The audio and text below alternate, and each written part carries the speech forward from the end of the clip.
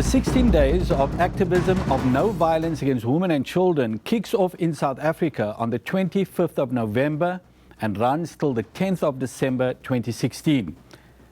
Every year, the aim of this initiative is to create awareness about violence against women and children, including sexual exploitation. During this time, politicians will mount podiums and make empty speeches.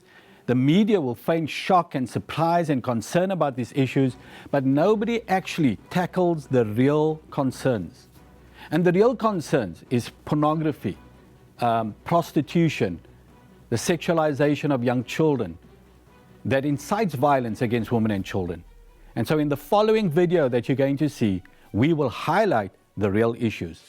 When I was at Equality Now, and as I mentioned, we worked on a number of groundbreaking campaigns to end violence and discrimination against women, especially looking at harmful cultural practices. So issues like female genital mutilation or child marriage or other forms that unfortunately are steeped in culture or tradition in some communities, but were human rights violations. And when we launched a campaign on behalf of this young woman, Fawzia Kasinga, who had escaped her country for fear of being subjected to FGM, and we were a $20,000 a year organization, and Amnesty was this massive organization. We went to them and said, we really do need your help, Amnesty, and they said, no, FGM, no, that's not a human rights violation. That's just something that happens to African girls.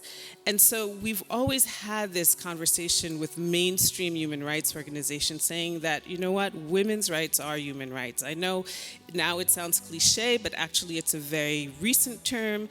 It was coined in 1993 at the UN. So when Amnesty, who works on phenomenal campaigns with respect to human rights of people, puts women and girls, the most disenfranchised, the most marginalized, the poorest women and girls aside and says, oh yes, of course, we're going to support equal rights for women, and yes, we want them to be fully participating in public service, and you have to be free of sexual harassment and free of sexual violence.